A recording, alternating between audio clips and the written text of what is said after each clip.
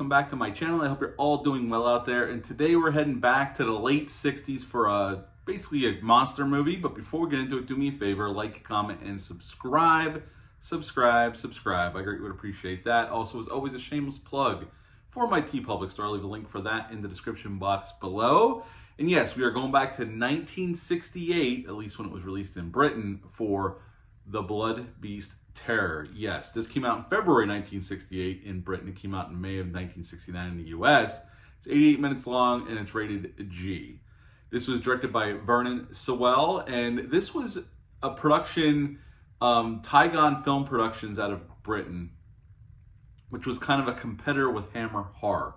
This does have a lot of elements of a Hammer horror film, which I will be getting into doing some Hammer horror films for this Halloween season, which is fast approaching, as we all know. So yeah, I will be doing some Hammer horror films as we get through the Halloween season, which, like I said, is coming fast.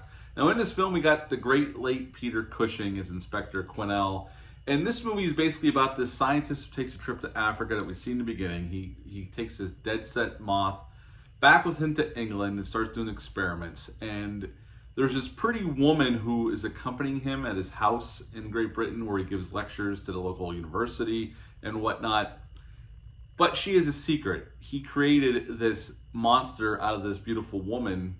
Well, it was a moth that can turn into this beautiful woman. And the moth is human sized and very deadly, and it's killing people. And he created another one so she has a mate. And pretty much they flee London because the cops, Inspector Peter Cushing's character, is getting very close to or catching on of what's going on. They flee to this countryside inn where they're staying to finish off the rest of this experiment. Peter Cushing and his daughter follow them. And before the end of the film, his monster turns on the professor because he decides that this isn't worth it, and he sets the one that he's working on fire to destroy it. She kills the professor, and at the end of the film, Peter Cushing and his cohort from the police department kill her, and that's the end of The Blood Beast Terror. What to like about this film? Well, the runtime, it's only 88 minutes, so this moves pretty quick, okay?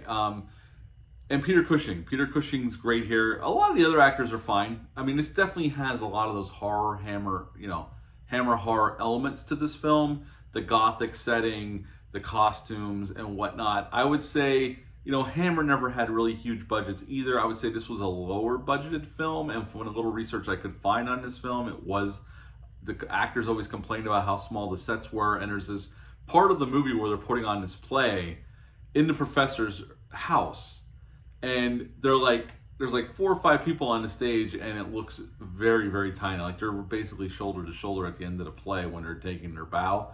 And you could tell it's a very small set. And so supposedly the actors really didn't like working on this film because the sets were so small. And Peter Cushing considered this one of his the worst film he ever made during his long career before he passed away.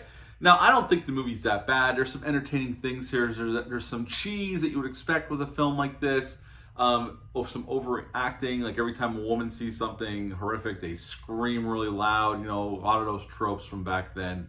Like I said, what helps this is it's 88 minutes long, so the pace keeps moving. It's not scary, obviously, and the monster itself, they keep in the shadows for the most part. When you do see it, it's a guy in a costume, and you can tell, but practical's always better, even if it's not good practical work. And here, for 1968, it looks okay.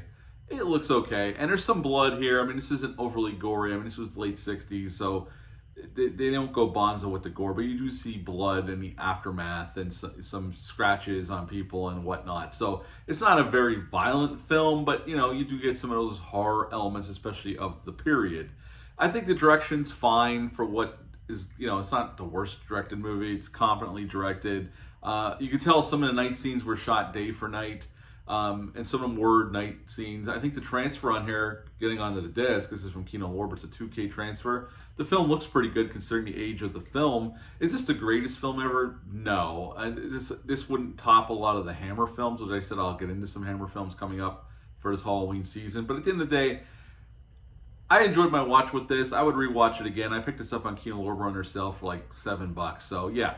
It's not the worst movie, not the best movie, but at the end of the day, I would give The Blood Beast Terror a 6 out of 10. 6 out of 10 for the Blood Beast Terror. If you've ever seen this one, leave a comment down below, let me know. Hit the thumbs up, hit the subscribe button, share this video. I really would appreciate that. That's it for this review. I'll be back soon with some more, but until next time, bye.